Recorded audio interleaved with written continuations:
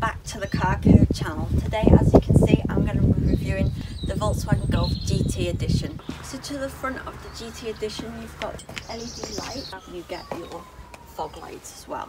This does say NE18LR, which is my dad's number plate, but this is actually a 69 plate car, which means it was registered, I believe this one was registered at the start in September 2019.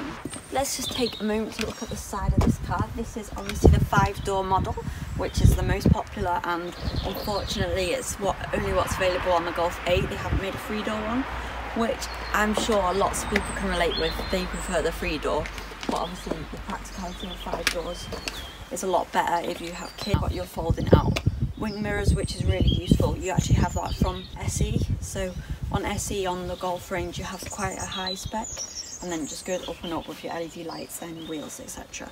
These wheels, talking about wheels, these wheels are the 17-inch Dijon wheels, and they're just one colour. They're like the polished silver colour. They're very, very nice. I do prefer the diamond coat, like bitone wheels, but these are really nice wheels. It comes with sport suspension, which means it's going to be a little bit more firm.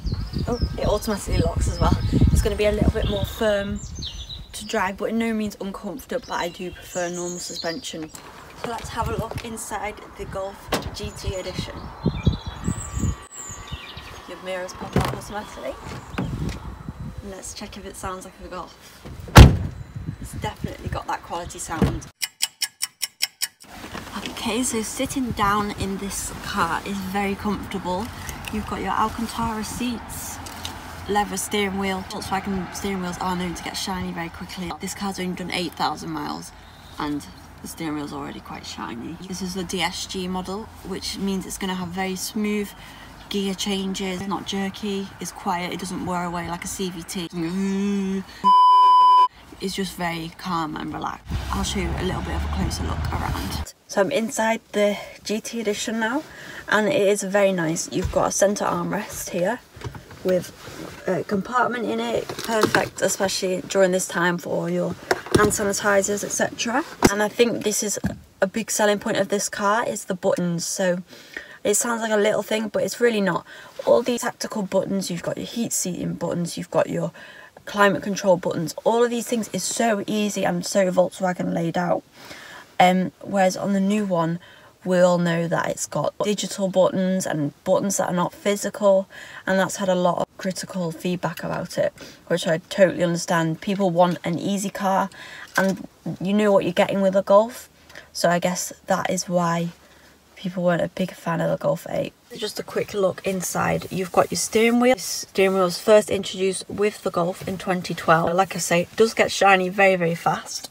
Some people don't mind that, but I personally despise a very, very shiny wheel. But this is going all right so far. You've got your controls here, and you've got this piano black trim on your GT and GT Edition. And this actually lights up in the dark. On more basic variants, you do have trim here, but it does not light up. The only thing is, as with piano black material and accents, is you can see it does pick up scratches and fingerprints. Your door pockets, I swear they used to be carpeted all the way up the side, but they're only carpeted on this side now. It seems a little bit of cost cutting, but it's not too bad. It does definitely feel quality. And these Alcantara seats are absolutely beautiful. You've got like a kind of houndstooth, dog's tooth check, very small check here. Then you've got your Alcantara seating all the way up the back, and then some more check, and then just your basic fabric. So safety in this Golf is absolutely excellent. It rates 5 stars on Euro NCAP safety rating. Of course, that was in 2012 and it has expired now, but it still will fare pretty well compared to its rivals. 2018 for Ford Focus and your Hyundai 30, things like that. Here you can see you've got airbags in the side. This car is amazing for airbags, and putting them in a small package, you feel safe on the road in this car. You're in a solid car. So you've got your side airbags, you've got airbags in the B-pillar. You do have curtain airbags in the back. You've also obviously got your front airbags as standard. All of these airbags come as standard. Volkswagen's really, really good for just including all the safety equipment at base level. You know, they're not giving you the cheap seats and giving you unsafe seats. Every seat is safe, if that makes sense. They're not, you know, including safety packs to, you know, boost things up. pretty much as standard, you get the same safety. As you can see here, we have the Volkswagen DSG box. You have little shift pedals. You've also got your mirrors here. This does not have the blind spot warning on this car. Up here, so you've got your SOS button. Other specs do not have that. And you've also got your little sunglasses case. This is a little quirk in the Volkswagens, which I really, really like. My dad had 2 Volkswagen Golfs one in 2011 and one in 2012 as well. And they had the same glasses thing and the lights, and it's all familiar design. This is a petrol GT Edition, top of the range. And that car there, which like I say I'll talk about in another video, is an SE Navigation petrol with a manual gearbox. And so far this one has actually been my least favourite car, just by a smidge. I just feel like the more basic Volkswagen Golfs they do their job perfectly. I do like the standard suspension more. I do like a good cloth seat, even though this Alcantara is absolutely beautiful. Inside the car you've got an 8-inch navigation screen, which is absolutely lovely. It has the picture of your car because it doesn't put it in your colour, and wheels and everything, which I think is just a bit sad. Like Volkswagen, you could have done that. The attention to detail would have made it a bit better. But this screen is rather good. You've obviously got your Apple CarPlay and stuff, which you do need a cable for. You don't want to faff around with Bluetooth getting in the car and that, so you just plug it in and you're ready to use your set, you know. You've got the same trim here, a big glove box that's all felt lined, which is also really nice. And over here you've got a little digital display in the middle, your speedometer here, and your rev counter as well here. Average consumption, it does say 24.8 mpg. Now this is a very interesting point because this car does have variant mpg. So the official figure is 44.1, which I'd say is bang on about the average of what this car does get. My dad's had journeys where he's got 70 mpg, which is unheard of really, isn't it, for a 1.5 litre automatic petrol car. That's absolutely incredible. But round town, it's not so great really. 25 mpg round town is about what you get. You don't have to really necessarily think about getting the diesel. This 1.5 litre Evo TSI Evo engine is absolutely incredible, so I definitely recommend it.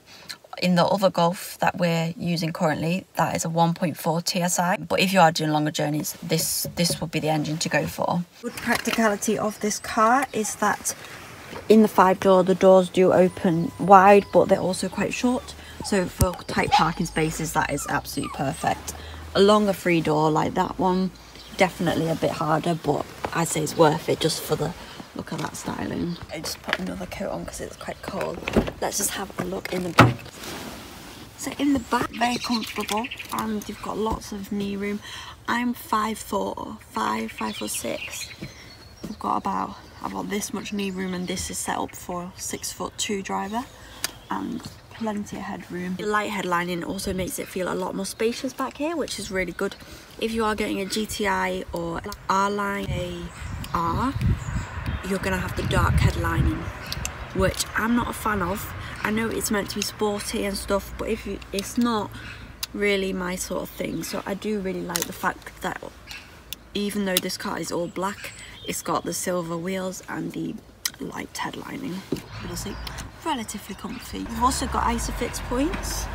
They are Isofix points like this, which is not good because you will lose them. Obviously you can buy these on eBay, because this is a good thing about Volkswagens. This car is sold worldwide pretty much, so the parts are easily accessible everywhere. So a few pounds you could probably expect to pay if you lose one of these. But if you do have car seats, put these inside your house, and then if you do come to sell the car, put them back in the car when you come to sell it so you don't lose them. A baby seat front as well, a rear facing one. If the front airbag's deactivated, the glove box, there's a little switch. You use your key to deactivate the airbag in the front. So if you've done that, then it's perfect for transporting kids. And the doors open quite wide in the back, to be honest, to get car seats in. Okay, so now let's have a look at the back of the Golf. These LED lights, which are standard on every Golf 7.5, which is very nice. And then they're slightly different on the GTI. From the earlier 2000s, they had the cherry red kind of round ones, but these are like this. But they've brought back the cherry red, which I think looks really good on the rear lights. So let's have a little look in the boot. Obviously, to open it, you flip the badge, which I think is very cool. Okay, this is the boot. It's 380 litres, which is around car standard. There's some cars that pip it slightly, like the new Renault Clio, believe it or not, which is 391 litres, which you wouldn't expect, would you, from a Clio? Polo is 351 litres, so just 30 litres smaller, so definitely bigger than the Ford Focus. The seats fall flat, so if you do need to put cases in and everything, that is easily done. This one, even though it's top of the range, is not electric tailgate shutter, it's not heavy. This is not keyless entry, but that's good, because in a city keyless entry, you know, you've got to put it in a tin. But specifications are actually better cars, I think, because there's less to go wrong. This feels like it's got a bit too much on it, I think. I don't know. It's like they just chucked everything on it and haven't necessarily thought about it. Whereas like with the GTI, they've put the design elements in a bit more. I'm not a massive fan of these headlights with this design. I think most people like them, but I prefer the normal ones. And just a few bits and bobs I'm not sure on. You can get one of these from 19,000, the GT Edition, used second-hand. So that is creeping into Golf 8, like high up life / style trim level. So you know, it is creeping in, but if you want all the buttons and everything on, and you do want to have a special car with everything on, the last of the Mark 7s, then I'd definitely recommend this car. So if you like this video, make sure to subscribe and hit that like button, and don't forget to turn on the notification bell so you're notified when I upload a video. And subscribing does really help my channel grow and helps my journey to become a car journalist. So let me know what you thought of this in the comments below.